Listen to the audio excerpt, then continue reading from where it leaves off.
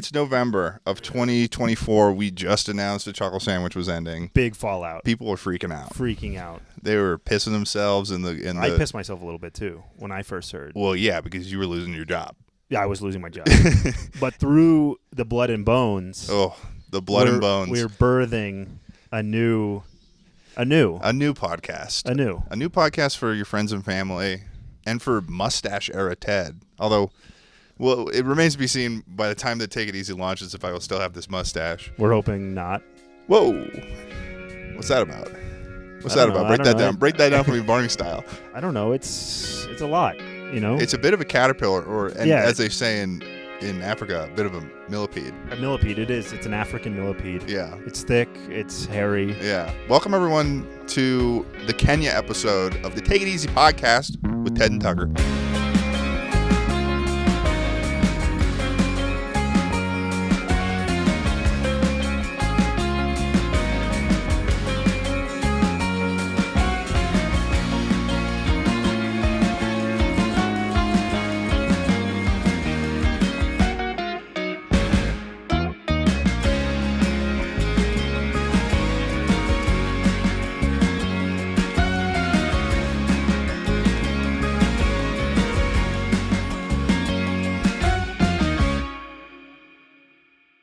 We're your hosts.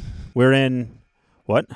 I don't know. I was just gesturing towards you. You know, we're this is the first time for our lore goblins out there. This is our first time ever recording an episode of Take It Easy. This is but this probably won't be the first episode. It won't. It won't. We have too much to talk about for it to be a first. Yeah, no, we got a lot to talk about. We got a lot. How long have we been in Kenya for? I think this is day 10. Jeez. I miss McDonald's. Yeah. I think Emma and I are going to do Domino's when we get back. Yeah. That's going to be our sloppy meal of the night before we commit back to the I love me a sloppy meal. Yeah, Domino's is good. What are you going to get? What's your order? Well, probably, I mean, I don't want to embarrass myself. We'll probably do this is a safe place now. Is it? Okay, we're probably going to do 2 pan pizzas. Two black boxes. Whoa, the black box. And then probably a side. Okay, what's the side? Emma's a big cheesy bread fan. What the Emma? What the hell, Emma? Emma's a big cheesy bread fan. Okay. Or maybe Parmesan bread bites. Can't go wrong there. Okay, well now I'm interested. Yeah, that's the Ted side. Oh my God! And you know what? It's not even a 16 Parmesan bread bite sort of moment. It's always a 16. You know, it's always a 16. And you need a full 16? I think if you find me at a place where I'm ordering Domino's, I need a 32. Sorry, I keep saying 16. 32. Oh, a 32 pack. Yeah, sorry, I misspoke. That's my bad. No, a 32. I made it sound like the 16 was like the biggest option. No, it's the smallest. It's a safe space. It is a safe space. If I'm at a place emotionally, mentally, the whole. If you're at your low. Oh, Domino's order is a low. It is a low because you're coming back from this trip. You're licking your wounds. A Domino's order is licking the wounds. Yeah. Whether it's emotional, physical, it's a combination of both. Financial. It's a comforting return. Yeah. But we should probably talk about. Yeah. Let's not talk. Let's get these open. So these are finest Kenya lagers. This is the Budweiser or Coors of Kenya. Tucker discovered this semi-recently. Wow, the one-handed opens, too. That's beautiful. Yeah, you like that? I do like that a lot. Hey, cheers. Oh, wait, actually. Hell yeah. Oh, man. I'm sloppy. Yeah, no, God, dude, first episode? Come on. First episode, I'm already sloppy. So, yeah, no, we're in Kenya, guys. And we're doing it. We decided, hey, if we're ever traveling together, the fly's here. There's a fly here, and we're going to You're just like a lion.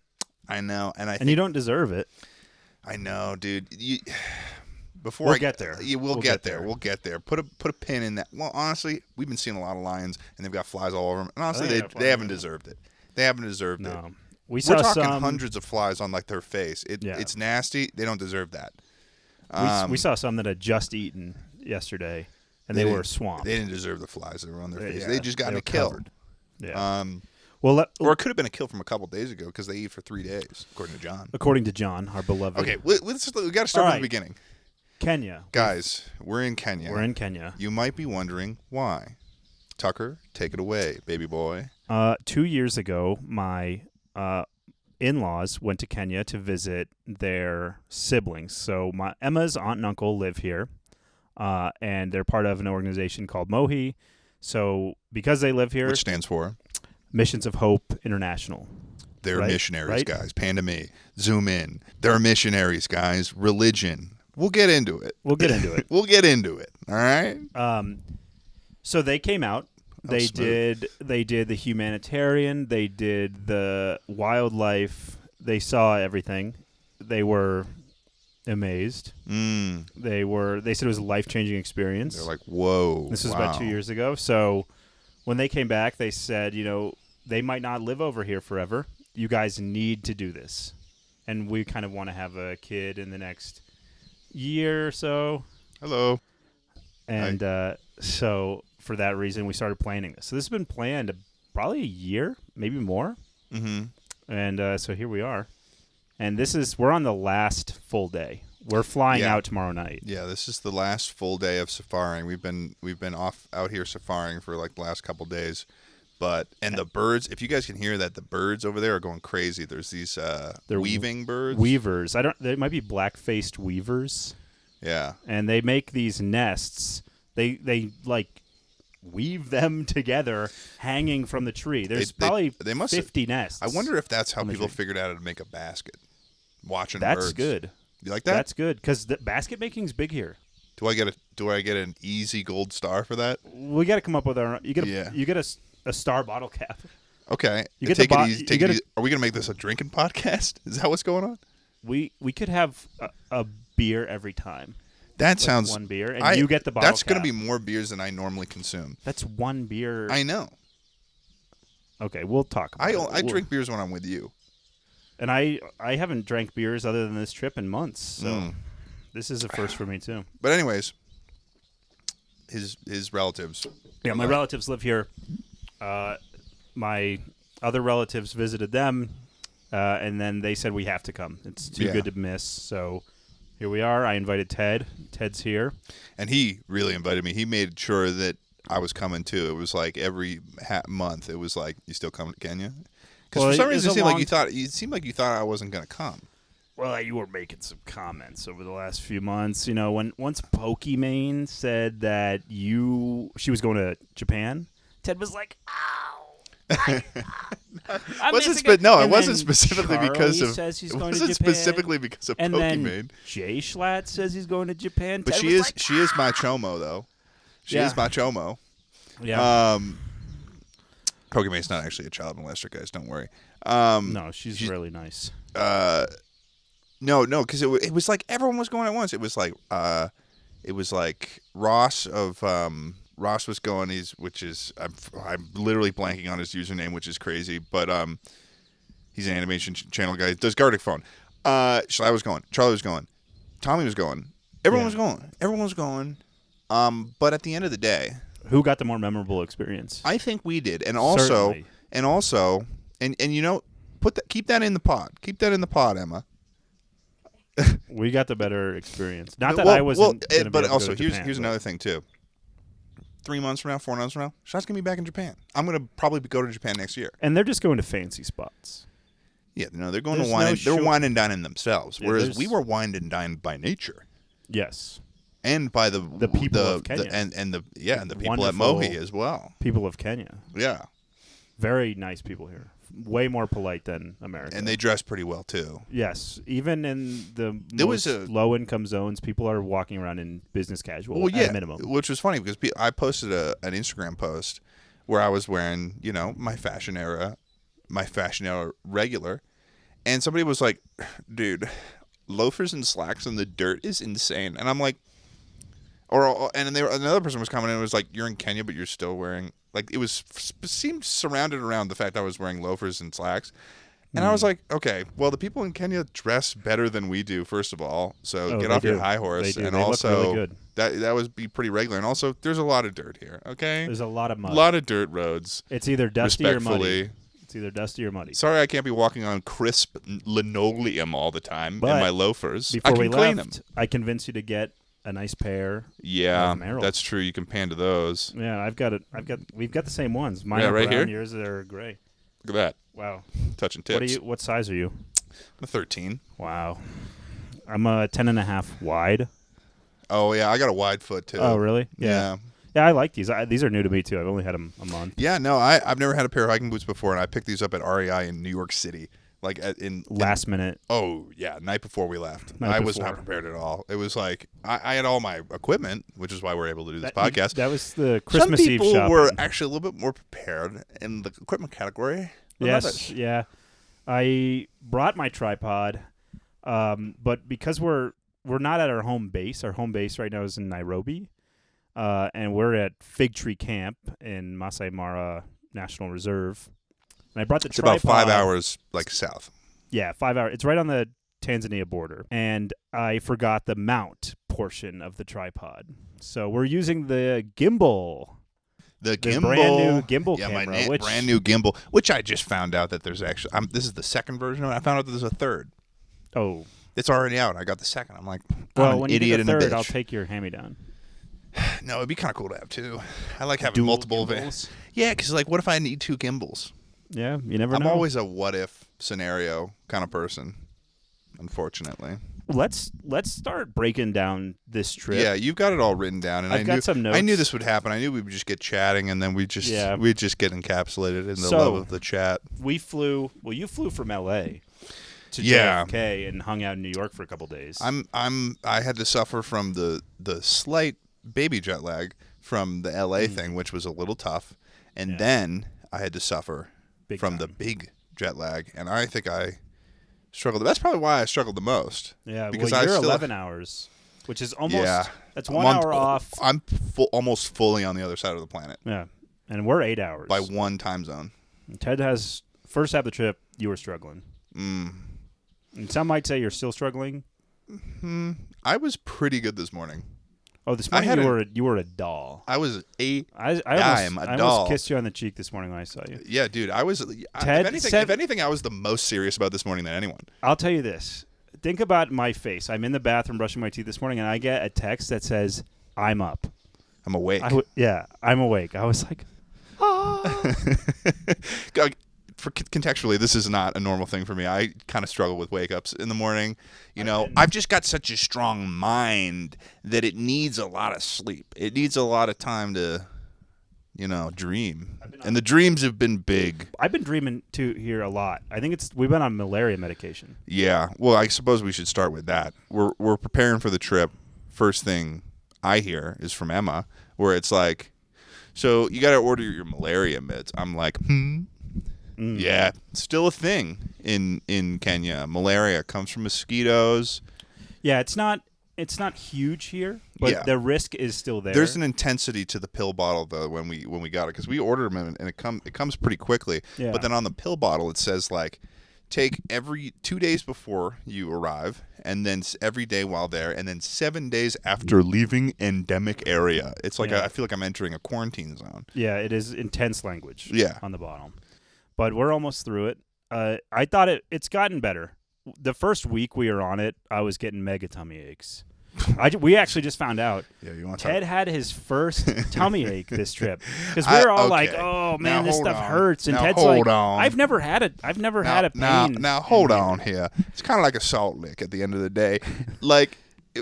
You had your first tummy ache, Ted. So it was kind of like a weird conversation to have, because first of all, I need to make something clear. It's a stomach ache. You sound like a baby when you say it that way. Oh, I got a tummy ache. Oh, yeah. Oh, I got to tell you, you're not a nursery rhyme character. You don't get tummy aches. You're a man. You're a Marine. Trust me, I get tummy aches. You're a Marine, though. I've seen Marines get tummy aches. But I just think it's a little. You got your first stomach ache. I got my first stomach ache probably before I could talk. Really? Yeah. What? Yeah, they happen regularly, probably once a day. Do you remember that? Do you remember the time before you could talk? No, but that's how frequently I get them. Oh, everyone on this trip has a stomach ache at least once a day. You just got your first. Yeah, I did. That's incredible. Yeah, and I am sort of incredible at the end of the day. No, but okay, so I got a stomach ache, Nope. But I just don't remember the last time I had a stomach ache. Like I don't deal with cramps in general. Have you ever had I'm not a woman. Have you ever had a stomach bug? Thanks to you, yes. Oh, yeah. Yeah. Thanks to you. Tucker, I think we definitely talked about it on the last pod, but that was after my first date with Emma. Yeah. Gave it to her, too. First date. No, Tucker basically was so excited to meet the love of his life that he showed up as like this disheveled, disease-ridden monster that just got everyone to throw up around him. Everyone was throwing up from how passionate this guy was. Yeah, this used to happen to me when I was in the Marine Corps. The base is kind of like a natural quarantine because you don't really leave it too often. So, right. And then anytime I would fly home, I'd have to fly across the country, and it was just like shock going through the airport at Christmas time. And I would just bring diseases back to the family. Yeah, it was I'd be sick every time. It was like Train to Busan. There was kind of a joke there for a few years that every time I was with Emma's family, I was sick because I'd have to fly to them. Right. Yeah, it sucked. Anyways. Yeah. So we flew. Wait. This is about the stomach ache. I gotta finish that. Okay. Otherwise, people are gonna be like they're just touching on topics and leaving them. Just like chocolate. I know. It's hard. It's harder than it looks. I'd say this is harder than any 9 to 5. Whoa, careful. No, I was just there's somebody said that online the other day. I saw people getting feisty about it. Yeah. No, I feel like a lot of times people say it as a bit just to get people riled up. Yeah, but, and then one influencer takes it. He's like, "Yeah, it is," and then everyone's like, "All right, shut up." Yeah. No. So I basically what they say to do for the malaria medicine is that you have to eat it with food, and I was like, "Yeah, okay." Yeah. Like I was like, "This is a good story." Yeah, I was like, "Sure." Yeah. Try me. Sure. All right. It's like I don't really. You thought it was a don't swim after you eat. Well, yeah. It was like I don't really get sick in many circumstances. Like I don't really. Things just don't really happen to me in that way. I'm just not a part of that story. Your body's very naturally resilient. I'm just not a part of that part of the human stories. You put me. I got COVID once. Really? It wasn't that bad. Yeah. I never got it again. Yeah. And I test semi-regularly. Like even now, like before there's like an event, if someone says that they got COVID and that I should test, I do it. I don't get it. I probably had it 3 or 4 times by now. Yeah, no, I got it once, and that was it. So I'm thinking to myself with this malaria medicine, I'm like, okay. This malaria medicine wants to come step to me. That's fine. So I take it like that first night, and two problems arise immediately. The first, I can't go to sleep. I am exhausted, but I cannot sleep. Nary, I cannot sleep. It is not like a salt lick. It is like a lava lick. And first night was brutal. Yeah, I know. I'm tossing and turning. And then all of a sudden, this peculiar feeling starts to creep in towards me. It is like, it's just a little bit of pain, a little bit of like, ooh, what is that about? Where is it pain? In my stomach. In your tummy? I'm not going to say tummy. Fine, I'll say tummy. So it was in my tummy. I'm going to say it like that, though. I'm going to say it like tummy. Okay. I'm going to say it like a baby. It's a safe space. To be a baby? To be whatever you want to be. You want to be the baby. I am the baby, and I'm comfortable with it. Okay. And with such conviction, too. Yeah. So you got pain in your tummy. Yeah, no, I got pain in my tummy. It's creeping up. I'm like, but it's no problem. I can fall asleep. That option is wrong. I can't sleep through the pain. So I'm like, oh, this is going to be bad. Because we're also at Tucker's Emma's aunt and uncle's place. Such a long. So it's even disconnected. Tucker's wife's aunt and uncle's place. Strangers to me. Yeah, and I've only met them a couple times. Right. Like they've come to Christmas a couple times, so I see them for a few days. But it's a light connection for me. You're total stranger. For all intents and purposes, I'm in a stranger's home, and in the middle of Nairobi. In the middle of Nairobi, Kenya, across the world, and I've got a tummy ache, and I think to myself, I don't know where the barriers are, what the rules are. I don't know if I can. I think the dinner that ship had sailed. Yeah, and so it gets worse and worse. It gets to the point where it's like. Because we had taken maybe I think I took a 2-hour nap before that, and I had woken up. And this is middle of the night. You had gone to sleep at 6, and I was like, that's a bad idea. Yeah, and I did get up at like 3 that day. Yeah, but that's when I got the text, the you up. Yeah, it's like we're talking. I'm like, I'm on my phone. I'm trying my best to avoid it, trying to get to sleep. I'll do the thing where I'll fall asleep. No, I'm looking at the ceiling. I'm seeing things spin on the ceiling. I'm seeing flashes of my life, and I think to myself, I need a friend. So I text Tucker. Yeah, and I'm like, hey, you up? And he's like, yeah, and I'm like, dude, do not take the malaria medicine without eating food. First of all, it started with the warning before the pleading began. Yeah, it was more like I'm going to try to relate to you now to see if Tucker will open up a doorway to help me without necessarily complaining at first. And he's like, I think it's like a 3-word response. It was like, damn, dude, that sucks. That's 4. But that's my go-to. Yeah, damn, dude, that Ted sucks. texts I'm me like, just about anything. That's how I reply. Yeah, and so he texts that back, and I'm like, rats. Okay. I wait a little bit longer. The pain sets in. We go from like a 2 to like a 6 out of 10 pain. This is the worst stomach pain or that part of my body pain, maybe other than getting hit in the nuts with a baseball playing catch with my dad when I was 10 years old. Yeah. No, the malaria medication sucked. I got to a 6 out of 10 pain. That's a lot of pain. We're talking like maybe getting sliced with a knife. Not to the bone, but maybe sliced. Yeah, that's a hard pain to compare. Yeah, no, that was kind of maybe a bold. Yeah, that was bold. Maybe that was too bold. Yeah. Let's. Yeah, no, I was sliced with a knife. Okay, you got sliced with a knife, and then we started. In my tummy. And we planned. Yeah, so now I'm texting Tucker, and I'm like, dude, I need some food, man. I need some food right now. I'm like, because I'm like, any position I'm in. So then I'm like, Tucker, meet me down in the kitchen. I had to push him towards it. It wasn't Tucker wasn't going to open that door. I had never even been in their kitchen. I didn't know where it was. Me neither. I didn't know where it was. I walked in their house. They're like, "This is your room." In the bed. I was asleep. Yeah. So I come downstairs. Pitch black. First of all, this house, the creakiest. Yeah. The creakiest that you'll know. Wooden floors. Nice wood. Don't get me wrong. It's beautiful. Well varnished. Creaked like. Yeah, so I'm going down there, and it's like, I got the flashlight on, and just as I'm coming down the stairs, Tucker's got the flashlight on, and we turn into little scavengers, and we're like, once we see the flashlights, it's like Black Ops, like we're ready to get the we turn sandwich. No lights on. No lights on, yeah, and so we walk into the kitchen, and then we're looking around, and I saw the staged breakfast setup, which was white bread, peanut butter and jam, and Skippy. I saw that Skippy. Yeah, it was like which half we didn't a pint know. Of Skippy. A lot of American products are hard to get here. Yeah, like they wait till they go home for Christmas, they stock up.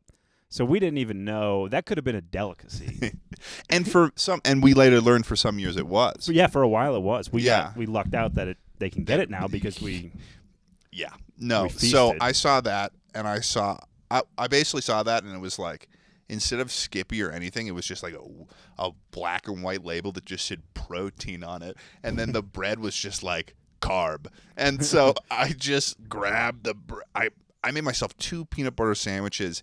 The first one, it was like my stomach was becoming distended from like or something. Like I felt like a lump of danger in my stomach where it was like I had to like stretch out, and it like hurt to like stretch out. I was doing all these weird stretches in the kitchen, and Tucker was just like, what the fuck is this guy's problem? That's what happened to me last year. I thought it was the gluten or the dairy or something. Yeah, and turns out you actually took malaria medicine. I've been getting that pain like all week. It stopped the last few days, but I was getting that. I haven't had it since. I found that it happens when I'm getting hungry.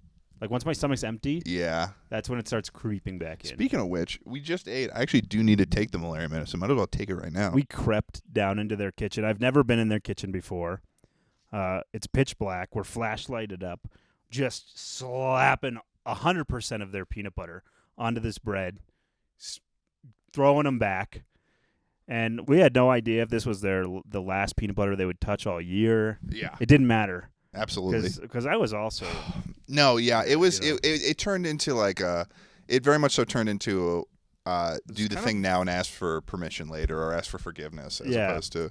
So here's some malaria meds. Tactical operation. Yeah, yeah. Look at right on the back here. Emma, you can try to zoom in on this. Yeah, take with food. It's like a whole extension. I feel like it's a whole extension onto the label. I feel like I didn't need to worry about that, apparently. I feel like every medication says take with food. For those wondering, that's why you didn't take it seriously. For those wondering what it is, it's atovaquone proguanil. Somebody will know what that is. I don't know what that is. So a pre-med student. All right, here we go. I'm on the morning routine. The nighttime, I was taking it with dinner. I do not recommend taking it with dinner because then you wake up hungry and you wake up hurting. Oh! Sorry. I'm joking. Let's move. Yeah. Day 2. I think this is day 2. We're still jet lagged. And our hosts say, I think it's time we just do a little hike. A little bit of a little freaking hike. And that ended up being 7 miles in the... Yeah. They also drive on the wrong side of the road here in Kenya, too. Let's mention that. Karura Forest. I mean, it was cool. I mean... It was beautiful. I guess we should... Maybe was that day 2? It must have been, yeah. Because we got right off the plane, and it was cool to see, because at the airport they had like little wildebeest statues and stuff, and they had like the nature's in your face immediately. Like they're like, this is Kenya. Welcome and also, to Kenya. Emma's uncle is like a overlander, so we're driving around in like old Toyota Land Cruiser. Well, it's a Prado. There's different brands of everything here. Yeah, it's all non-American vehicles. Yeah, and some of these vehicles, I'm like, God, I wish the U.S. had them. It's so annoying. That's another conversation for another time. I get really frustrated with the fact that I can't have cars. We could do an episode on cars. We could do the car episode. Yeah, but not before we do the fishing episode. Well, we're gonna have to wait for the summer. We can do the car episode when I inherit the green truck. Ice fishing episode. When I inherit the green truck, we could do an episode. You're never taking my truck. No, my truck. Yeah, it's truck. Sorry, I got defensive. We could do an episode where we sit in the back of it. Yeah, that's true. With blankets and popcorn. Yeah, or like camping chairs. Sorry, Emma. Sorry. Hey, Emma. I'm sorry. That won't happen again. Okay. So we hiked Karura Forest. Yes. It's known as the lungs of Nairobi. Yeah. It's a huge swath of forest right in the middle of Nairobi. It's beautiful. We did 7 miles. We saw 2 different types of monkeys. We saw, I got them here. We saw black-faced vervet monkeys, and we saw black and white colobus. Put it on the screen. Yeah. And then black and white colobus, I actually... Colobus? I'm not sure. I feel like colobus makes it sound like it's going to clobber you. Well, I thought about it when I'm a colobus, and I'm about to clobber you. When we actually went to a tea farm more recently, and I fed one of them out of my hand. Was that a colobus? Yeah. Colobus? I've had one out of my hand, too. But you inspired it. I created the trust between our species. I bridged a gap. Okay. And Pat said you're not an ambassador to humanity. Pat said he'd never seen that happen. Okay. He's been here a while. Pat, are you kidding me? Yeah. So you're pissing me off. I created like a human monkey bridge this trip. Yeah. Yeah. Okay. And so far, I've been on good terms because the baboon got real close to me the other day, and it said, "No, I'll spare you." Yeah, I think that we should. You know what we should do? We should probably talk about some of because this has overall been a really great trip and has been so cool, and we've gone to have so many nice amenities and stuff. Yeah. But one of the initial first things that we got to see, other than like the forest, and one of the first things that we kind of got like a really, really solid, insightful, perspective-giving view onto the situation that exists in Kenya and why Emma's aunt and uncle are doing work out here with the larger organization that they're as they want us to emphasize a small part of. Yeah, it's humanitarianism rooted in Christian missionaryism. Yeah, and while Tucker and I aren't necessarily absolutely not religious at all, and generally have been skeptical my whole life of anything religious. So, I never really took to it or anything. Right. I'm pretty inspired by the work they're doing here. Yeah, like if there was anything that me having grown up Catholic and being sort of disillusioned with the religion because of the history, the Children's Crusade, Matthew 16:8,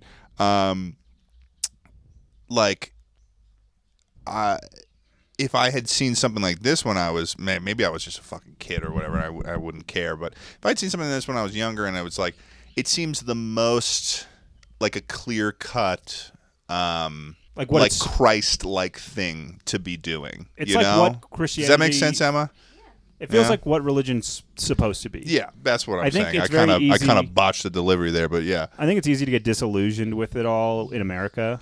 Yeah. Because it gets roped into politics. It gets roped into policy. Yeah. And, it's a much more hot topic. But here, it's really just a way to connect with Western funding through churches in America to bring, like, basic education to people. I guess we should.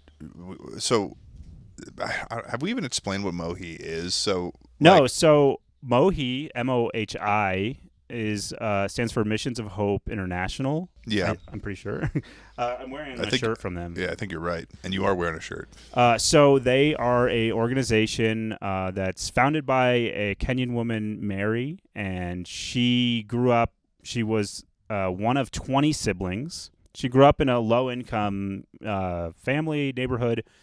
And wasn't until college she met somebody who was from. And she thought that she was she was very low on the. She thought that she was grew up the most poor that anyone could possibly grow up. And she met somebody in college who was from one of the slums within Kenya, and she got to learn that what the true lowest level of poverty looks like here. Yeah. And she got inspired to create an organization to bring help to these people. Allah MOHI. Yeah. And so what MOHI does is provides education, clothing, trade school, 2 hot meals a day to kids that otherwise would not have access to any of those things. They get uniforms that are sewn by MOHI students within their own trade schools. Yeah, and it's completely run by... all Kenyan. Yeah, all Kenyan, and it's funded by, people sponsoring a child online through like across the world. Yeah, MOHI has an app that makes it really easy to sponsor a specific child. I think it's around $50 a month. I think it's 40, somewhere like that. We're planning on sponsoring a couple kids once we get home, and that money goes to getting them everything they need because these kids otherwise are not. They don't have access to anything. Yeah, and so part of this whole thing about learning what MOHI does and what Pat and Katie do in support of this organization was that we ended up visiting one of the slums in Nairobi, the Mathare. Mathare. It's a huge. Yeah, it's 800,000 people live in it. Yeah, and it's about a 1.5 square mile area. So think about 1 square mile. And then think about 800,000 people living in 1 square mile And they also just had a devastating flood.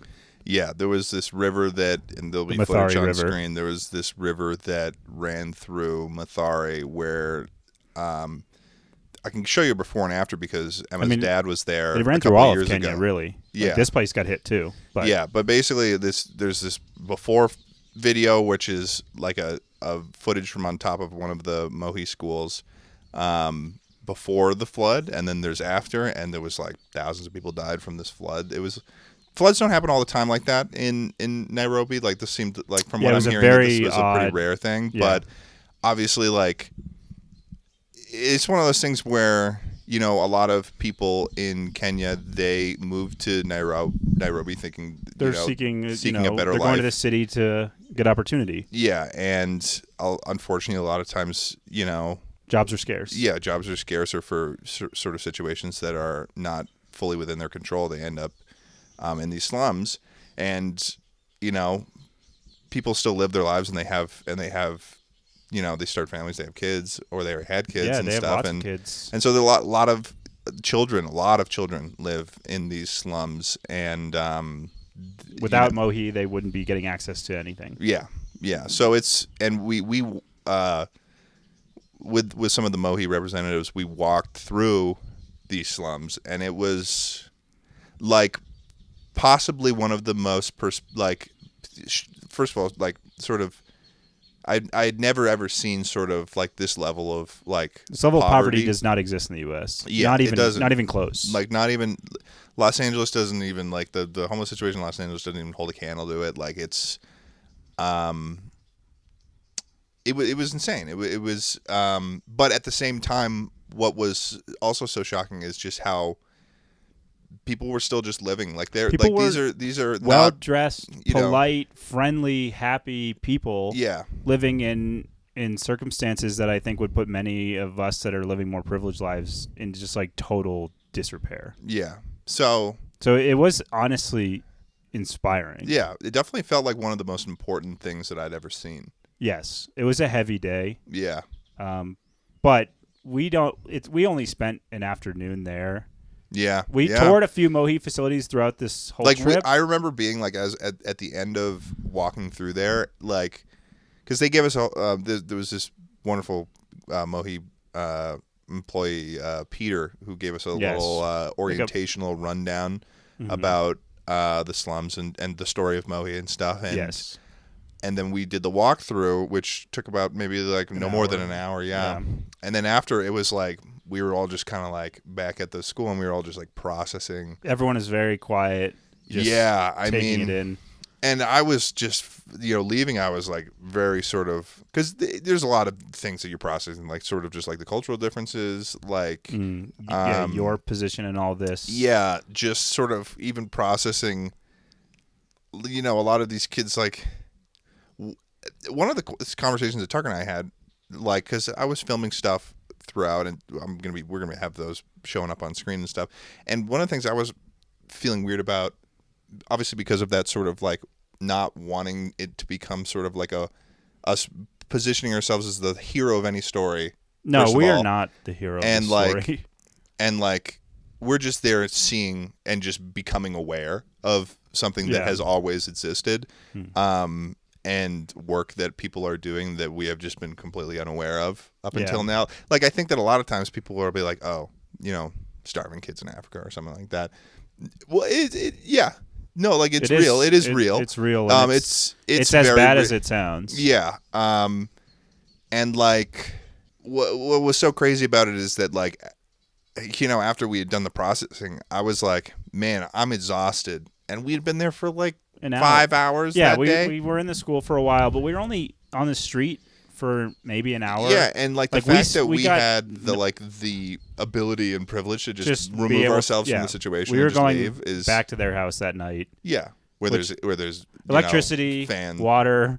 I could charge my phone. Yeah, one of the things that was crazy is that none of the people in that slum are technically supposed to be living there. No, it's not. It's not like a residential sanctioned zone. Yeah, like. They're not even. They have but what was crazy was that they have electricity there, but it's from like people who like siphon power from the grid and then sell it to the people that live in the slum. Like it is. I mean, it is quite literally dystopian. These people are living off an average of less than $2 a day. Yeah. But then at the same time, I mean, it's like we met some of these people. Like there were some guys that were getting ready to be mentors at. They have a summer camp that happens in Kilifi. First summer camp to exist in Kenya. Yeah, it's one of the first. They're very, very rare. Camp's not really like a cultural thing here. Yeah, and they have a summer camp. So MOHI has a summer camp right at the coast. So they take kids from all their They're not just in Nairobi. They have schools all over Kenya. Some are in incredibly arid rural zones. Yeah, some are if we can get a map, of, we'll put it on screen. Yeah, some are in deep slums in Nairobi. They take kids, they'll do a boys section and then a girls section to this MOHI camp, on Gaza camp, right on the coast. They'll get these kids, they'll show them the ocean for the first time. They'll get to swim. They'll get to do all sorts of activities that, they would not have access to, not even close. Yeah. So it's a way to give kids not only education, but also like a vacation. Right. I think one thing that I had sort of thought through is that I think that when people, especially when coming from like America or something like that, where America has sort of a really solid sort of notion of like individualism and like pull yourself up by your bootstraps and stuff. Mm-hmm. And you come here and you're like, I think some people, especially when they see this stuff from afar on the internet and stuff, they're like, they kind of disregard it in the sense of like, oh, I wouldn't let myself get into that situation and stuff. Yeah, but what's crazy is that what you don't understand when you go into it is that like imagine like that being your only situation and not having any avenue even to the point of knowing that another life is even a possibility. Like it's not even something that would cross your mind. And that's what's so valuable about what MOHI does is that they put kids in these schools, they give them these opportunities, they teach them about so many things. And now, when we visited the technical school where it was older people who had, some of them who had been MOHI graduates, some of them aren't. Yeah, well, another thing MOHI does with the technical school is MOHI tries to get kids into college, but if they can't get into college, they give them the opportunity to go to a trade school where they're doing electricians, mechanics, but also, college is like a year later. So most kids in the U.S. are like, sweet, graduated high school, kick my feet up for the summer, or in this case, it's like 9 months here. Yeah. But MOHI will pay for these kids to go to trade school and try it out. They teach them how to cook. They teach them how to like sew clothing. There's like, even for kids that and to cook, they teach them like how to be a chef. Yeah, like work in a commercial kitchen. Yeah, like there's like salon stuff. Yeah, like they teach you how to do hairdressing, just even social working, even like IT stuff, like how to code, like the coding and Emma's sister who's with us does code, and she was like, they're learning impressive, they're high level stuff. Right. She was very impressed, and she went to school for that. Yeah. So this isn't some BS. Like this is like a legit sort of situation, and it was started by this one woman, Mary, in the early, like in 2004, I believe. Earlier, I think, maybe 2000, maybe some right around the turn of the century. Yeah, right around the turn of the century, and like. It started with one school, and it just it blew up. Oh, also right now I can see some what are those, Impalas? Yeah, I'm excited to dive in on that, but I want to get through the MOHI stuff. For MOHI, it's all Kenyan run. You have missionaries from the U.S. that are just there to be the bridge between funding and the schools on the ground. Right. And the Christian element is really just that funding with U.S. churches, and also obviously the schools themselves are also like they teach the kids like Bible classes and stuff. And being with the Kenyans, it definitely is a way that they are hopeful for their future. I don't think that they would be doing as well without it. Yeah, I think it's really giving them structure and purpose and allowing them. I think that being agnostic is something that is afforded when you are living in much better conditions. I've always been agnostic, and I've been like, wow, that's kind of a privilege. Yeah. To be, because you couldn't live in Mathari and be agnostic, I don't think. Yeah. You'd be in a bad spot. Yeah. But it's all Kenyan run. They have well over 1,000 employees, and I mean, we're not worthy of any credit of anything. Yeah, of visiting, like, because I think that. This is something that we were warned against, and I've noticed it honestly. Even when I posted my Instagram post semi recently about having gone to Kenya, it was like there was a bunch of comments of people saying, "Oh my God, it was so nice of you, Ted, to bring Emma and Tucker to Kenya." And I was like, "No, this was a trip that they were going to go on whether or not I was coming." Yeah, this is a family trip. This is a family trip that I'm tagging along on, guys. Yeah. And the same thing sort of, I think, can be attributed to us going into the slums and seeing what's going on there. I think a lot of people would sort of, their first reaction, especially with us being content creators, would be like, oh, that's so brave of you guys to go. No. Like, this is us just going and being aware. Yeah, we're doing none of the work. For a few hours, and that's it. We're doing none of the work. For some of you, that might seem obvious, but I think it's very important that we clarify that there are Kenyans who are working this problem every single day. They're Kenyans living this problem. We're just fucking YouTubers, man. Yeah. We just got a taste of what life is like here, and we just want to be as respectful as possible. And we felt like it was important to talk about it because obviously we have a platform. So we're gonna include some links that are gonna be available under this podcast, and also if I can get it to work, the YouTube fundraiser thing. So if you guys are interested in sponsoring a child, to if you can afford $40 a month, it's like a normal, it's like a, I don't know, an Adobe a subscription or something. You can get it through the app. It'll give you updates on how the kid's doing. It'll be a specific child. You can send care packages. They curate they curate it because people. I think they used to do it where people would just send random shit, and that wasn't good. Yeah. But now they'll curate it so you can send like school supplies, you can send like clothing, food, like that sort of thing. Yeah. And then I believe that you can also just donate, a small sum if you need, or it's really just anything. I feel I'm going to be making a donation. Tucker and I are going to be making a donation. It's it changed my whole perspective. Yeah, I think it would be wrong for us to even make a podcast or any piece of content talking about our experience in Kenya if we were to not talk about what we saw while we were here and like the actual important work that happened. And I think it was good that we did that at the beginning of the trip before we did any of sort of the fun stuff. Yeah, it was heavy. Yeah, it was heavy. It was heavy. I think we can move on. Yeah, but yeah, feel free to chip in if you want to. No pressure. Yeah, we'll be chipping in. But it was. Take it easy, nation. Now's your chance to show Kenyans the strongest army on YouTube and help a Kenyan kid live a life where they have opportunities. And if you do donate, we've seen basically the whole system of how it runs, and your money is going to a good spot. Yeah. It is going to work. It's not getting.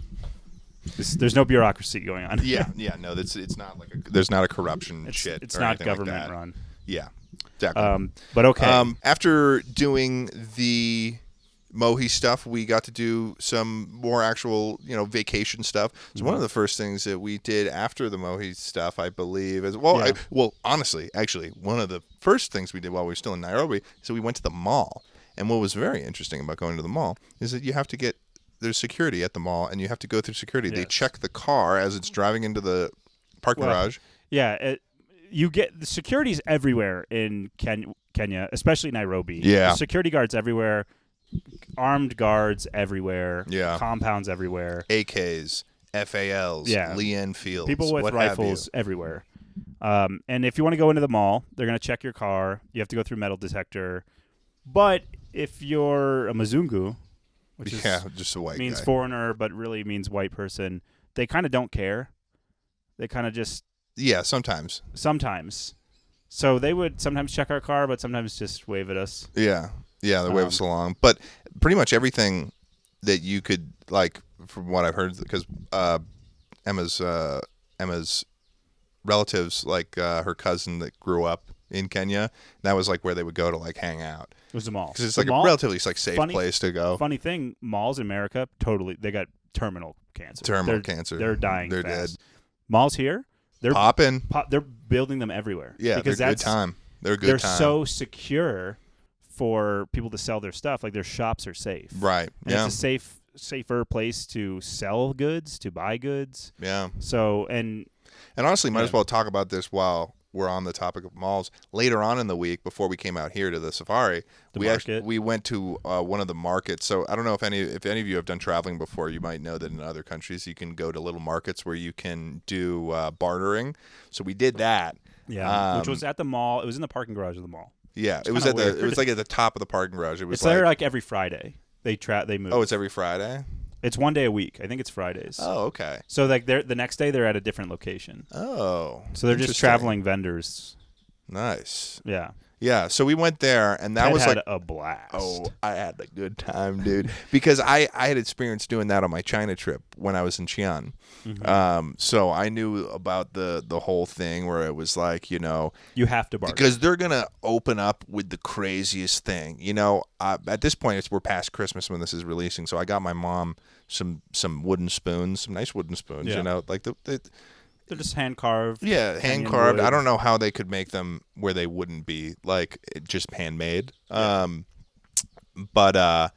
So I was getting a bunch of those. But what they'll do is like, so a Kenyan shilling is worth about 117 to 1, like USD. So 100 shillings is like 77 cents. Yeah, something like that. This first person, I was trying to get like 4 spoons. Brother opens up with 100, or was with like 16. What is that? Those are those birds. Oh, nice. They're like these. I think they're. Oh, I should know. This motherfucker opens up with 16,000 shillings. That's more than $100 for the. It's like 120 bucks. And we got briefed before this. Yeah, I knew they would do that, but like we did get a brief. They'll look at you. They know you're a foreigner, and they're gonna shoot high. Yeah, they will. And well, it was funny is that what we were told is that we were like, oh, if it's worth about like 900 shillings, they're gonna shoot you like 6,000. No, they're going like triple that. They're like going. That was just for Ted. I never experienced that much. Every person was opening up that way. I think they were doing lifestyle. it. I think they were doing it based on my height.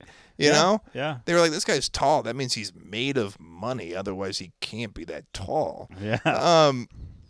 So they open up with look at all. You see those out there? Yeah, that's the first time I've seen Impalas from the. Yeah, zoom in on that. So, they got spooked a little bit. Oh, there's a baby one in there too. Yeah. Audio listeners love you to death. I'm going to keep doing it. Audio listeners love you to death. We're seeing some Impalas. They're basically, because it's a river here.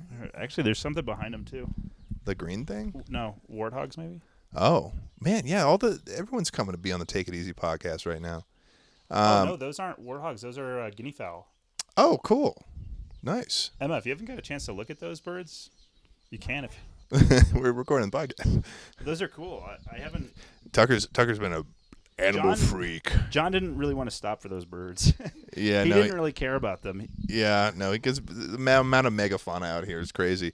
Yeah, but audio listeners love you to death. There's a whole herd of impalas across the river from us. This river that we're at a sort of safari resort in sorts. This is my room that we're in. It's sort of a tent, but it's also literally a building. It's like a structure with tent walls. Yeah, it's interesting, but and then this is mosquito net, which will be down. Oh, look at that! They're jumping. Emma, get that! They're jumping. I'd love to see a lion come out. They were doing a little bit of them. That's what we've been waiting to see. They were all jumping at first, but we saw a failed just walking. It's so hard to not dive into the wildlife. I know. All right, let's rip through this market so we can. Yeah. Okay. So basically, I'm talking to these market guys. They open up with that, and so, I'm playing it up. I'm like, "Oh, what the fuck is wrong with you, you son of a bitch!" I didn't say that. I was like, oh. Ted was. I was like, "Come on, animating. Come on, what are you doing? What are you doing to me? You're killing me here. You're killing me here." And I come back. So they started 16,500 shillings. I'm coming back. I'm at like 500. Ridiculous. So I can do $95% off. I start at less than 5. And he looks at me, and it's funny too, because you'd think that he would be like, "Get the fuck out of here, you son of a bitch." And he's like, "Oh, what the?" He does it back to you. He's playing the game too. He's like, it's a total game. He's like, "What are you doing to me? I got kids. I got family. Come on, man." They're all Italian there. It's weird. So then he writes in and he comes down. All of a sudden now he's coming down to 10. And I'm like, this is my line that I love to say to them. Yeah. I was like, "You're funny. You know what? Are you sure that you're not a comedian? You should be a comedian." And then I'll come in, I'll be like 700. And then he'll come back, he'll be like, "All right, fine, 6,000. He's coming down way faster than I'm going up. Yeah. And I'm like, okay, well, now we're starting to reach the actual. But no, and here's the thing. No matter what, at the end of the day, they're not going to sell it to you unless they're making money. Okay? Yeah. And unfortunately, labor is very cheap in Kenya. So, like, it's just it's a economically, game. It's a game. Completely different zone. They're winning no matter what. And the phrase here that keeps being thrown around is you're either going to pay in time or money. So and we were paying in time. You can either pay the price, or you can sit there and you can haggle it. And I was having a blast. And I got probably like, man, I probably got like 12 items or something like that for like $60. Yeah. And they made a profit on it. Otherwise, they wouldn't have sold it to me. Yeah, we got briefed that they love this. Like, it's like part of the culture. It's like making a friend. It's like it's like you're having an experience together. Yeah. And yeah. How did yours? I got great deals. I mean, I was hitting them with they'd say 6,000. I'd be like, "Oh, you can't be doing that. I can't do that. I can't do that." And I'd be like, "How about 700?" But I didn't want to go too low. Yeah, I always felt like because they would start so high, it was like there was like a bottom minimum like that was game breaking where I couldn't go, like I couldn't start with 100 shillings. Like I wouldn't been able to do that because like, so they always ended up getting me up to like 1,500 to 2K shillings, which is, you know, that's like fucking $15 or something like that. I don't know if you shared this feeling, but I struggled to barter with the women vendors. They were playing me. They were really? I could go back and forth with the guys, but the ladies, they were getting a better deal out of me than I was. Really? Yeah. I was misogynistic in that market, my guy. I was a lady killer, murderer. They were getting great deals from me. No, but the guy that I got my giraffe from, I got a great deal on that. There'd be a Twitter thread about me about how I treated the women in that market. In terms of bartering. Your barter skill? Yeah. Ted's barter skill was maxed out. Yeah, you saw me doing it. Yeah. Did you see me doing that? How did I look? You look good. I felt like I looked good. Yeah, Ted was towering over them going, "You're going to give me a good deal." Give me that. Give me that. They're like, no. I bet you got like a inch or two height bonus being here. Yeah. Because I'd say everyone is a few inches shorter than in the U.S. What was fun though is at times like I would do like I would be playing it up and they'd turn to me and they'd be like, "You're fun." Like they were like it was like there was like, "Damn, you're good at this." Like like they were having a blast. Like it was weird. It was like it was like this is their job. Some of them even I think not to go back on it, but I go back to it. But I think some of them actually are from the slums. Yeah, some of them probably are. Like it was like it felt like it was almost like an art form for them because that there's some British grandma that's walking into that market and she's like, "How much for this, sir?" And then they're like, 25,000 shillings for a single spoon, and she's like, "Well, it looks handmade, sure thing." And and that person has made like a week's worth of their salary. Like to give you guys a little description of like and you know what, the grandma deserved it also, and I'm rooting for them to get that. To slap them around, but me, no. To give you guys a little visual of what the market looks like, it's like shoulder to shoulder, crowded. It's like rugs with all the goods on the rugs. Yeah, and there's like rows, and it's very tight in there.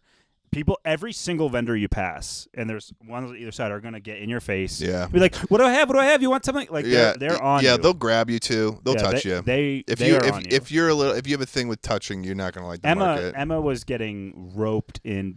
We had to send Pat to the rescue. They'll put stuff in your hands, and like I think I realized that one of my strongest techniques of bartering was to just attempt to put it down. Yeah, if you try to put it down, they will freak. They will be like try to put it.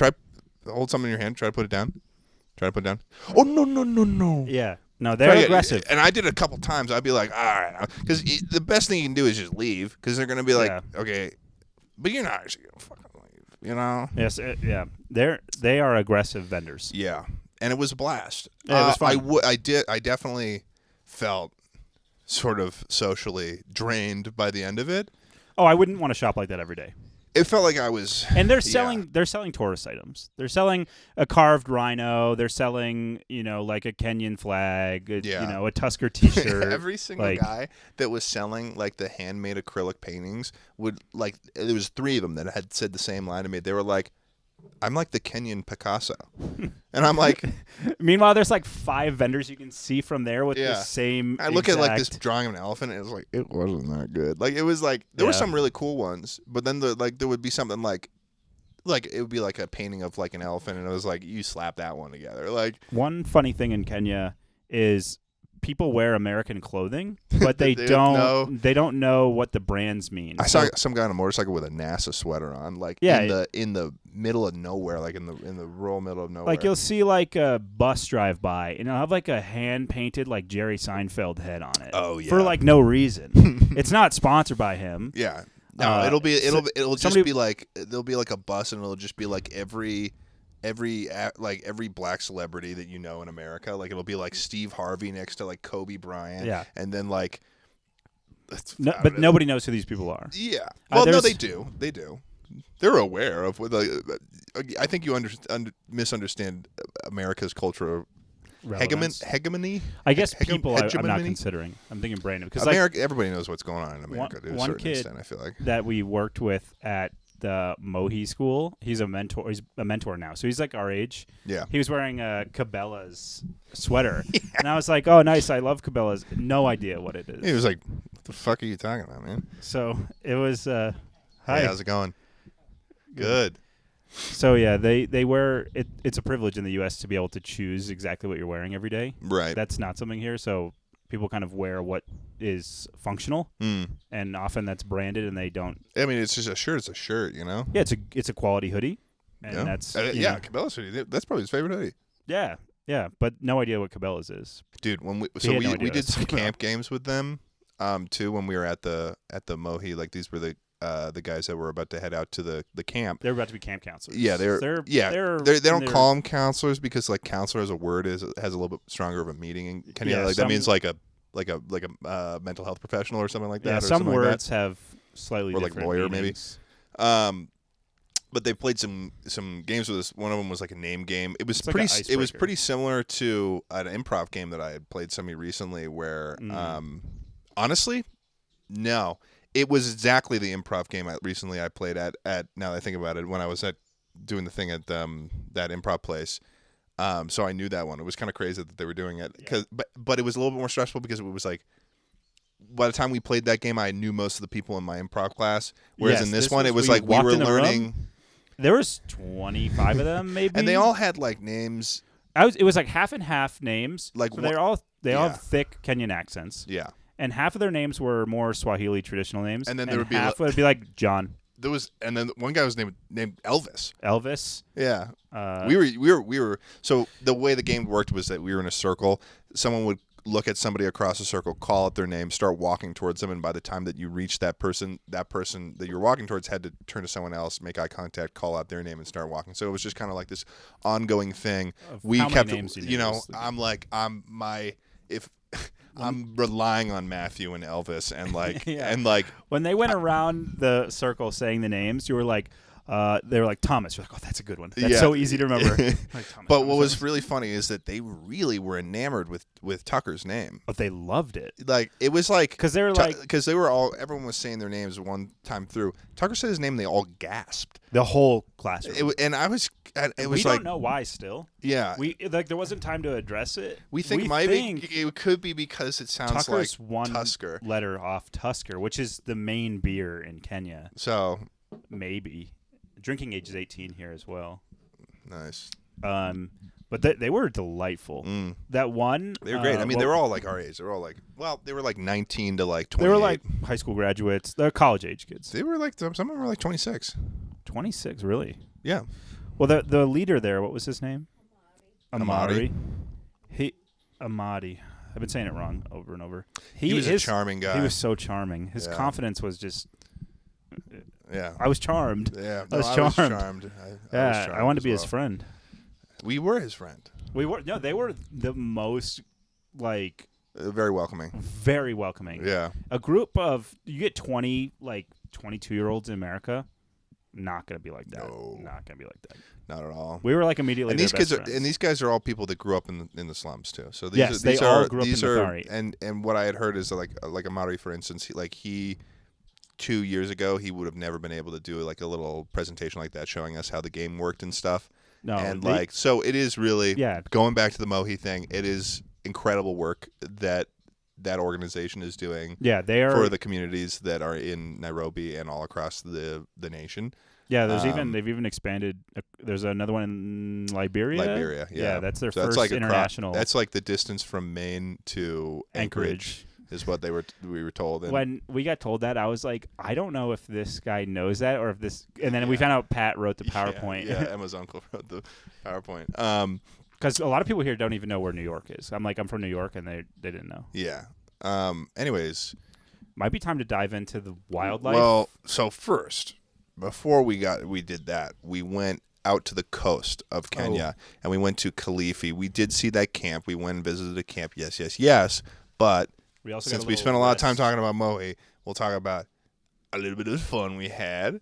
Mm-hmm. Okay, we'll talk a little bit about the fun we had, and that was to go to do you remember the name of the resort?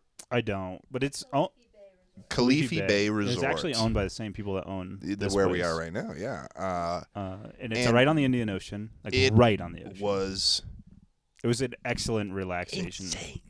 It was insane. I've never been to an all expenses. What was it? All inclusive resort. The only thing that everything was drinks. Other than drinks, everything was paid for. That's how here it is too. And it was like, I think first of all, in Kenya, it's weird. It's very similar to LA in terms of its heat, even though it's on the equator. And I think that's because of, at least in Nairobi, it's because of how high it is. It's a higher elevation than Denver. Yeah, it's way up on a plateau. Yeah, which we came down it to get here. So when we went to Khalifi, it was like it's hot, 85 to 90 degrees. It was like that milky sort of like what you'd expect at the equator. Yeah. That's the only time that we got sunburned, and the only time that we were wearing sunscreen while we were here. Yeah. But we got to swim in the Indian Ocean. We did, and it was crazy. Yeah, it was. Guys, it was crazy. Yeah, it was beautiful water. Yeah, you could float in very salty water. Super salty. White sand. Bath water. I don't usually go to like tropical resort tropical kind of things. I find it to be maybe like a waste of my time, respectfully. Yeah. Like and it turned out I was right in thinking that, because by the first day you were like, oh, I wish we were spending another day here. Yeah. By the end of the second day, I was like, yeah, no, I'm good. Yeah, I'm ready to go. I was too. Yeah. It was because I don't know about you, like my parents, like my mom and my sister, they'll go to the beach and they'll close the beach. They'll spend all day there, know. Yeah, they do that when I was a kid, and that was when I realized that the beach is a desert. And if you don't have a cooler full of I mean, at the time it would be Fanta that I was drinking all the time. We call it Fanta now, by the way, guys. Fanta's big here. Fanta's big. And I got the cool bottles too. It's called Fanta now, guys. Fanta. Everyone listens to Take It Easy. If you want to be a true fan, you call it Fanta. And Diet Coke doesn't exist here. Diet Coke doesn't. Coke Zero. It's Coke Zero all the way. Yeah. We did the beach. The fuck? Yeah. No. And then when I was at that age, I discovered that the beach is a desert, and people die in deserts. And I thought I was going to die in the desert, but I didn't. I lived, and I ended up in Khalifi. And that pool was really nice. It was a beautiful pool. That was when we also discovered these for the first time. These sort of like mosquito nets, because that's where sort of malaria is the most prevalent. When you're doing your evening activities, like having dinner, or like tonight we're going on safari, they'll come in your room and they'll pull them down for you. Yeah. So you sleep in mosquito nets. Yeah, and it's like absurdly cheap. How cheap this all-inclusive thing. It was like $90 a night or something. It made me sort of sad a little bit, because I realized I was like, oh, this is why people vacation in third world countries. Like, this is okay.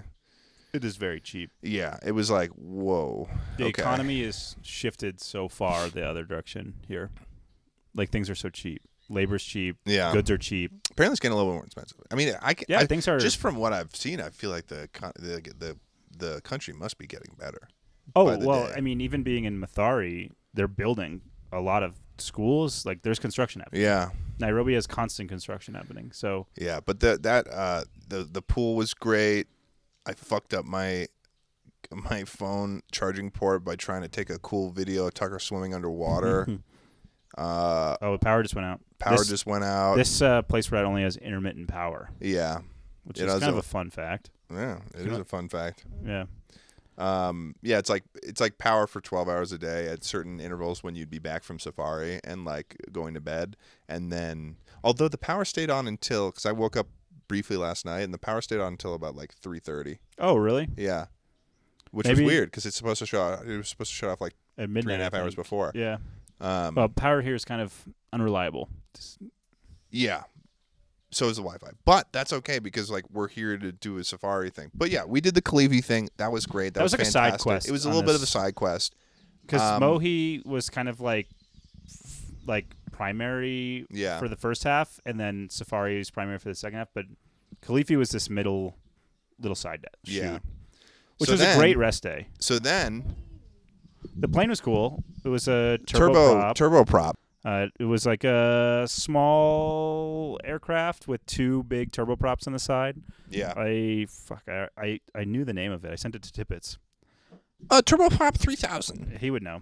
It was cool, though. It was a cool aircraft. Really short takeoff and landing capability. Yeah.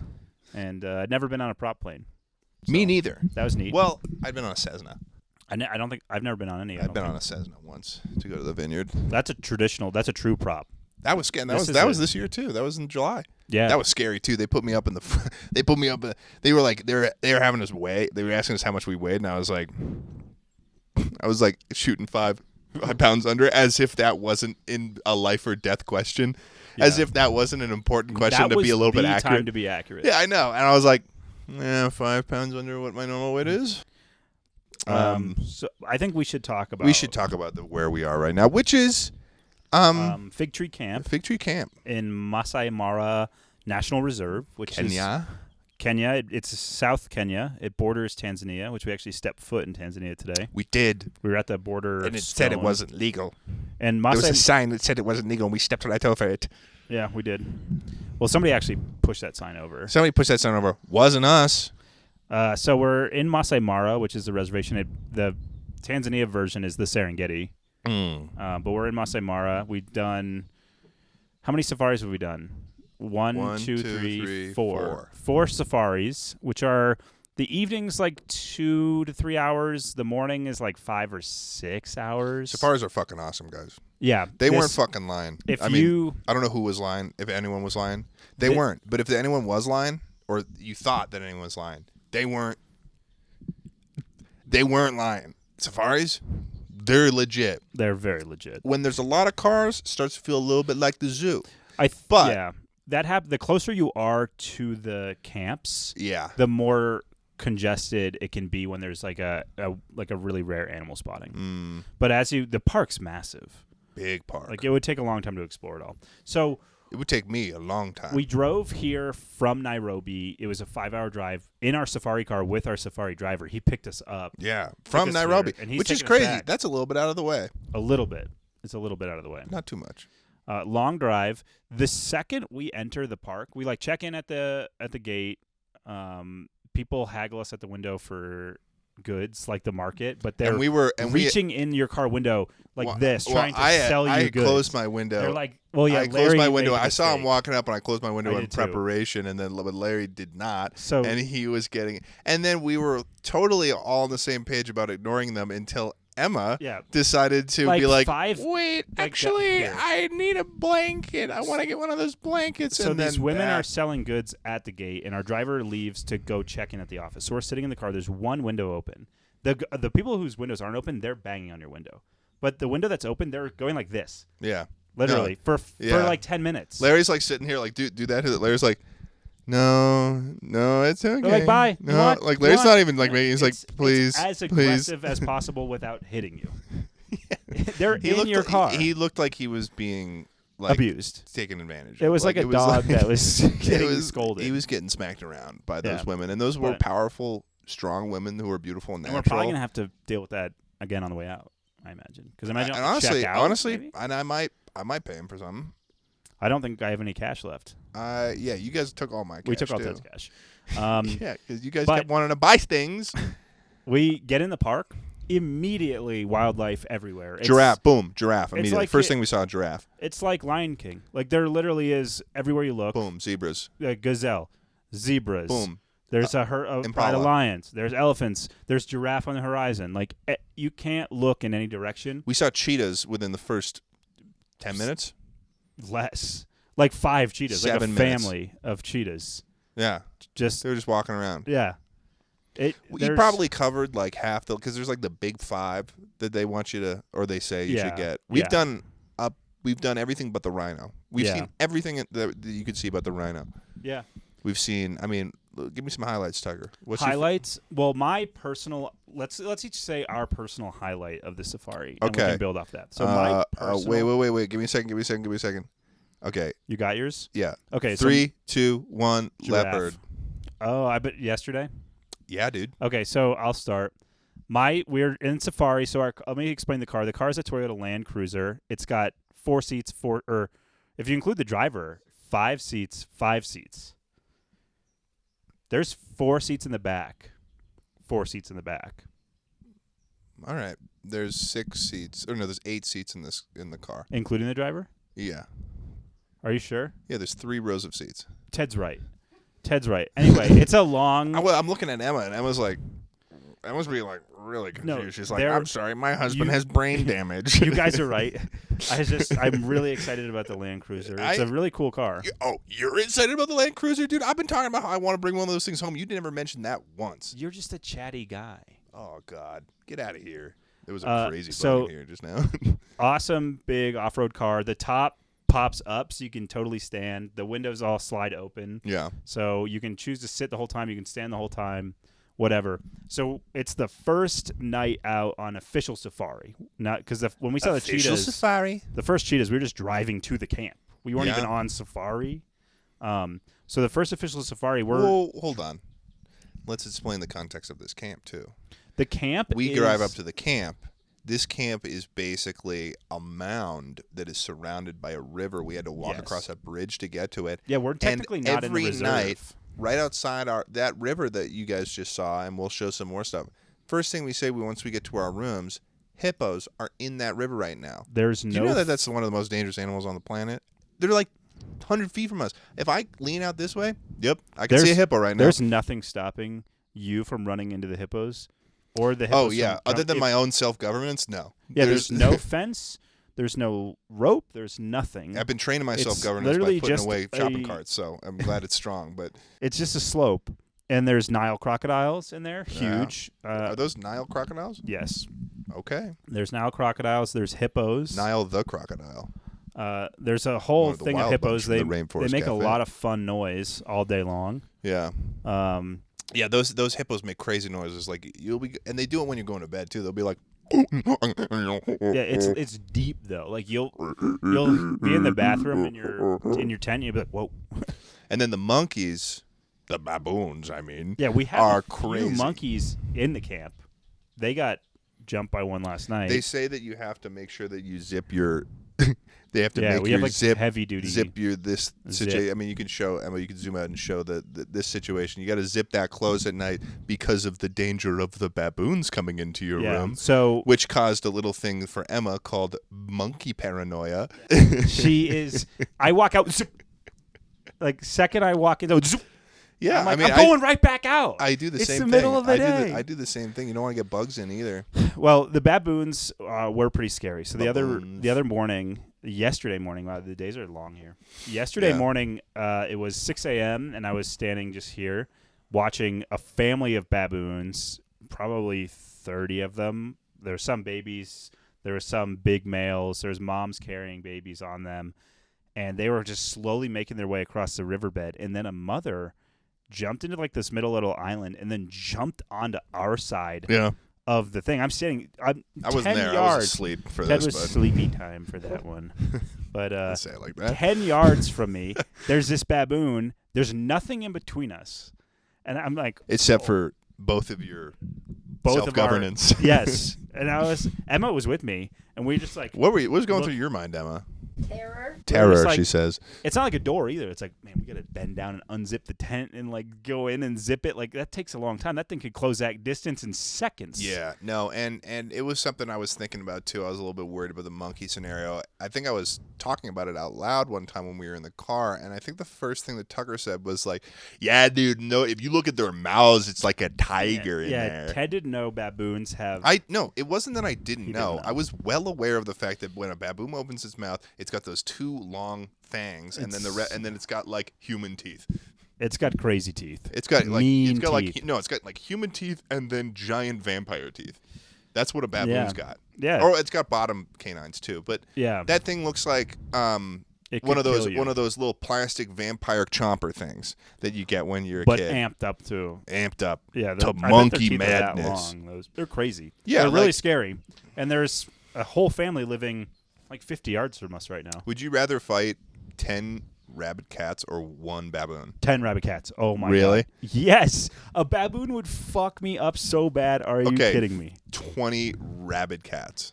The cats. Really? I think I don't want to die to a baboon. I feel like sometimes all a monkey needs is a bit of a punch, though. And I'm not talking about a chimpanzee. That's a whole different story. Those things eat faces. I'm talking about one of those guys.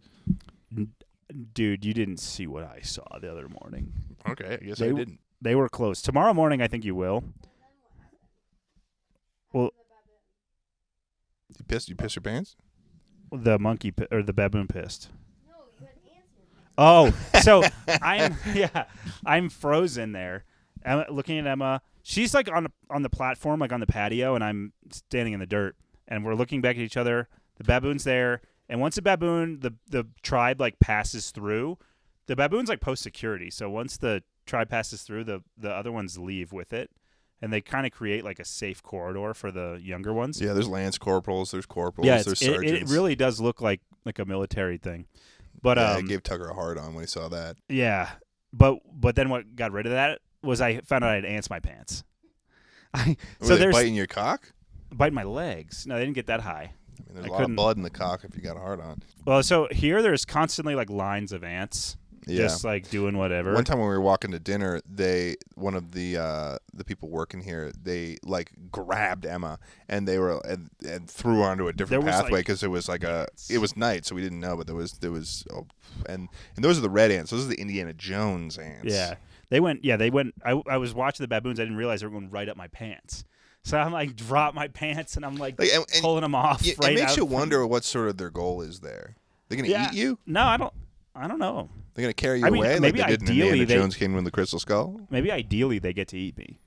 Like I just fall down and they just slowly get to eat me. I'm sure that they take a little piece out of something every now and then when something's died. I mean, there was a lot of ant hills today. I bet if you put like a rotting animal there, like the ants will be all over it. One thing I was thinking about when we were recording this podcast was like, I hope they don't make their home in here while I've got this thing open. One thing to say about this camp, too, is that it has 24/7 patrols. Yeah. There's Maasai people that have the traditional sword and slingshot, and they patrol for keeping the hippos and the crocodiles and the baboons and whatever else. And they also show us cool animals. Yeah, they're also like really into the wildlife, so they'll take you at night. I mean, they live here. Yeah, they just know about it. Yeah, but they're passionate. Yeah, like people at home aren't that passionate in LA about the LA wildlife. I am. No, you ain't. Okay, so first thing about the LA wildlife, the influencer. They crawl around and they... Okay, yeah, that part of LA, sure, yeah. I guess that is the wildlife. We also got these. Kenyan cigarettes. I'm going to be handing these out to every little Silver Lake bitch in Los Angeles I can find. They're good. I'm going to be like, we're going to be at 4100 or whatever, and they're going to be like, oh, I could really use a cigarette. And I'm going to be like, well, I've got some cigarettes here from Kenya, and they're going to come. Don't smoke cigarettes, kids. It's not actually cool. It's kind of lame. But yeah, across the river is the reserve, so there's nothing between us and besides the river, us and also I don't normally smoke cigarettes. This isn't like a normal thing for me. Yeah, I can attest to that. Yeah. But there's nothing between us and all of the Kenyan wildlife. Yeah, no, we could really just throw ourselves into the fray here. Like this could be probably I don't know. Would getting eaten by lions be metal way of suicide? But that's why we stopped earlier, because there was a herd of impala that showed up. There was guinea fowl that walked through. Just gonna walk over that, huh? Yeah, I was just gonna let you have that. Okay. Let the audio listeners stew on that. Yeah, no, stew on it, audio listener. They said frequently hyenas come down to the water to drink and get eaten by crocodiles, which I'm dying to see. Yeah. Yeah. I pay $100 right now to see that. So you said giraffes was your favorite scenario? Well, yeah, so not giraffes. Well, I do love the giraffes, but we were in the car. Oh, yeah. And we were driving. We came around this big bushy tree. There's a giraffe that was like perfectly hidden. Yeah. And we're right on it. Like we're like a person's length, two people's length from it. And those things are huge. Huge. Too. Like huge. You see it's weird. It's one of those things where we're looking at these animals, and I'm like, okay, I've seen most of these animals at the zoo. But, so I'm kind of looking at them, and I'm like, I'm at the zoo. And then I had to kind of remind myself, no, I'm not at the zoo. They just live here. Yeah. This is where they're from, and they're just living as the animals would normally. And it just doesn't make sense with the giraffe. How'd it get like that? How your neck get so long, sir? Yeah, and their legs are so tall. You're going to need a tall salt lick for that motherfucker. Oh, they'd love a salt lick would go so hard here. Oh, my God. Gone in seconds. I've been thinking about getting a salt lick organized but for the savannah. Maybe a couple. The giraffe jump scare was my top moment. They've got tendons moving. I think everything's got tendons. They're beasts. They're beasts. It is like seeing an alien creature. Ted has not been able to comprehend the giraffe's structure. Well, dude, usually I'm the tallest. Yeah, not even close. Not even they close. They could walk right over you. It is dude, it doesn't make sense. There is no other animal that is like that. Yeah, out here, nothing is even, there's no like middle ground. We've got like a bunch of, that's like another ice age kind of animal, you know? Yeah. Same thing with the elephant. You look at an elephant and it's like, oh, he's just using its nose like as a He's not even looking. It's like a tendril. Yeah, he's just like, well, if we're going to talk about elephants, we need to talk about the elephant in the room, which is the elephant cock. Oh, yeah. Which is about the size of me. Thank God Schlatt didn't come along for this. You have to be pretty mature when you're doing wildlife viewing out here. Of which we are not. Because you're going to see first a lot of wildlife taking a dump. Turns out the male elephant has 5 legs. Yeah, literally. You would literally think it has 5 legs. It is. It's confusing because it's like you don't notice it at first. You just think it's its normal stride, and then you say, and then you're like, "Oh my God, its cock is as long as its leg." The leg of which is as tall as me. Thick. Imagine a cock as tall as Ted Nivison, and then you have an understanding of how long an elephant's cock is. I'm 6'4". A 6-foot-long cock? Are you kidding me? It's not just the length. It's the girth. It's the girth. It's the color. It's the girth. It has it's the girth. Length. It's the power. It's probably slightly more girthy than a basketball. That's insane. That is the amount of blood that requires to power an erection of that size is astronomical. It's just dragging through the grass. Yeah. He doesn't even care. He's probably getting something out of it. But yeah, and that's not exclusive to just the elephants, though. Yeah. It's basically every animal out here. Yeah. Yeah. Horses. Well, zebras. They should they should have done that. The phrase should be hung like an elephant. Nobody wants that. That's too much. I don't think scary. anyone wants hung like a horse, to be honest with you. I don't think any women want that. They're just going to get hurt. That's true. That's true. Respectfully, unless they're like, oh, fucking. Respectfully. I'm like, I mean, yeah, I gotta be respectful about it, but I don't feel like you do. Yeah. So my favorite moment was seeing a leopard. Oh, not just. Well, at first I was like, because I was trying to figure out my feelings on the cats, the big cats.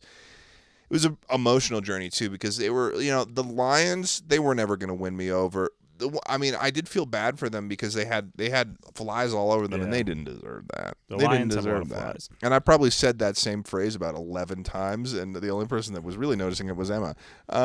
Everyone else was just ignoring it. Yeah. I just kept saying it. And it was honestly, it started just becoming. It just started just being for Emma. Like, I started saying it because I just knew that she was getting a little bit of satisfaction out of hearing me saying it again. The lion is definitely the laziest cat. Because you'd look at them though, and you'd see all those flies on their face, and you'd be like, they don't deserve it. They don't fucking deserve that. No, I can agree they don't. They are the laziest cat on the savannah. That. They are. They're really lazy, and they're ugly. Just kidding. They're pretty. I don't think we've seen a lion move much. We saw like a failed hunt, but that was a lot of movement. It was a pretty weak hunt. It was. They didn't started have it way out, and they didn't have it planned out. We were watching this, and we were giving each other like play-by-plays, and we were like, "Oh, I don't think he's got this. He doesn't have enough cover there." Yeah, they were trying to catch like not an impala. It was what's that one that I like a lot? An impa, an eland, topee. A topee. Yeah, a topee. Yeah, that's Ted's spirit animal. I like the topee a lot, but I do like. So when we originally saw one of the leopards. It was like the first leopard was sleeping in a riverbed like this. But the way that the safari works is that like when you see an animal for the first time, it's like you're gonna take anything you can get. You know? Because you don't know if you're gonna get it again. Exactly. So, but then the next time it's like then you'll get like an upgraded version, and then you'll kind of have an understanding. So like the first time we saw the leopard, it was like in a fucking. You couldn't ditch where there was like some water, and it was just kind of like hidden in the grass. It made us realize how effective the camouflage for a leopard is. Though it just breaks up the silhouette, as I think is what you said. Yeah. But then later, what we ended up seeing was right after a rainstorm. We saw. It was yesterday evening. Yeah, yesterday evening. A really fun safari. Yeah, that was one of my favorite ones. Whoa. Mouse birds. I think those are called mouse birds. We saw. A mama leopard and its cub, and they were hanging out, and then it was like a scene on National Geographic. Yeah, they look over there, and then I hear Tucker say, he's like, "Oh, there's a hyena. Hyena's coming up." Yeah, hyena. Ballsy move. One of those, those hyena little motherfuckers. Yeah. They're kind of like the bitches of this fight. They are the bitches. They're all bark, no bite. They never really. No, they bite. They bite. Though. They go after kids. Yeah, I think they They're do. The go pedophiles they only of go the after savannah. babies, and this was impressive. I think you need. I'm going to say it a second time so you can hear it. They're the pedophiles of the savannah. I think the hyenas get a bad rap. I'm going to defend the hyenas, though. You just came out of the gate not defending them at all. Yeah, but then once you took a stance, too, I didn't want to have the same stance. Oh, okay. Well, because remember in the car, I was like, I think, where do they get a bad rap? Pedophiles, you started defending them? That's a little weird. I think that Lion King gave them a bad Keane. rap. I think Lion King gave them a bad rap. Yeah, because they that's a conversation for another time about how Disney keeps adding like 2 normal characters and then one mentally handicapped one where it's like, why did they keep finding you've Dory, done that like 11 you've done that like 11 times, Disney. Why do you keep doing that? Yeah, no. What was great was that, they were looking and the cub was so cute and they didn't notice at first, I think. Well, I think the hyena was following a scent trail. There was like 11 cars and they all had their engines on. Well, I think the hyena was following, like he was just smelling something. I don't think he could see it. Oh, and yeah. They couldn't see it. All of a sudden, they saw the hyena and they kind of. Yeah, so they go into a tree and then the hyena just like, he's a ballsy motherfucker. He just goes up right up to the tree and then he gets swatted at. I got a photo of it too. I'll put it on the screen right now. I got a photo of it. Gets swatted at by the cub, and then the motherfucker falls into the river. Yeah. And then I think he makes another attempt and then too. I think that Tucker and I looked at each other, and then I think we said at the same time. He was like, "He's embarrassed." Yeah, like we both were like, "He's so embarrassed that he just did that. That idiot." But then he got up and he just like fucking around for a little bit more, and then he left. But it was cool because it was like a little bit of battle, a little action. Because a lot of times it's like running. It's like you see it after a kill, or they'll run towards each other. But I think my favorite things has been that moment, and also 2 young buck elephants this morning that were having a little bit of a tussle. It was like 2 brothers. 2 brothers tusking it out. Yeah, it was just play fighting. It wasn't anything. Wasn't one of them bleeding? Yeah, but I feel like that. It's bound to happen if you're tusking around. You're out. You slammed that. I am. Got me loose. Overall, this has been a remarkable trip. We're so glad that we gained the energy to be able to record this podcast to talk about it because we have been exhausted. Normally, we'd be napping right now, but no, we're about to go on a safari in about 40 minutes or 30 minutes. I think our future episodes will be more structured. Yeah. Because we have so much to talk about that we didn't even talk about all of it. Yeah. And but this we're was also exhausted. Trip of a lifetime. Absolute blast. I was coming at every turn. That's a lie. I'm sorry. You tried Ethiopian food for the first time? Was that not your first time? No, it was. Oh. But why'd you make that a me thing? Because you were loving. I was jumping. You were, yeah. I was jumping. It was good because they had this good spinach, goat cheese scenario. The owner was a weirdo. The owner was such a weirdo. He was kind of an asshole. He was such a douche. Pat knew him. He was like, I hate this guy. Yeah, Pat was like. Because Pat orders the white bread version of the they give us 2. They give you. Yeah, they give us the normal fermented sort of brown bread pita thing. The grabbing. Yeah, it's all hand food. I don't know any of the names for the stuff, but it was all good and it was beautiful and it was natural and there was a brown one that was kind of fermented, and then there was the Mzungu one. And he'd be like Mzungu. He got mad at us for even considering that we. He was using it derogatorily. You didn't need it. Yeah. Because some people use Mzungu. The kids in Mathari would be like, Mzungu. They're excited. Yeah. But he was like, Mzungu bread, or whatever. And really? Pat was like, and then later on, when it turned to night, all of a sudden a bunch of bugs came out, and the guy just went into this long-winded explanation. He was like, these are termites. These are termites, the second stage of termites. They're flying around, but I pour some water in the source. They die, and they might fall on your food. And then we're like, don't say that. Don't say that they're going to fall on our food. Nobody asked him for any context. I know. It was, that was funny. That feels like a million years ago. That was 3-4 days ago. Yeah. When you're on a trip and every single thing you're doing is a new experience, yeah. it makes time feel totally different. Yeah, like I definitely think that we'll do more trips though in the future, and we'll do a podcast to. Well, this is going to be a regular thing now. Yeah. We're kind of finding out what our structure is going to be currently. Yeah, I mean, by the time this comes out, this is the first episode of Take It Easy, essentially. So. Yeah. Hopefully, by the time this comes out, we have a better idea of. Yeah, and people are gonna watch this episode. They're gonna be like, "These motherfuckers don't know what the fuck they're doing." No, this has been pretty scattered. It's almost, but I feel like it went well. It's almost like we've been on a podcast up until now. Yeah, I don't know. This is my first time being in the host seat. Well, I think you did well, and I'm proud of you. Thank you. I'm assuming we'll only get better from here. Yeah, it's stronger. More powerful. But thanks for watching. And remember to take it easy.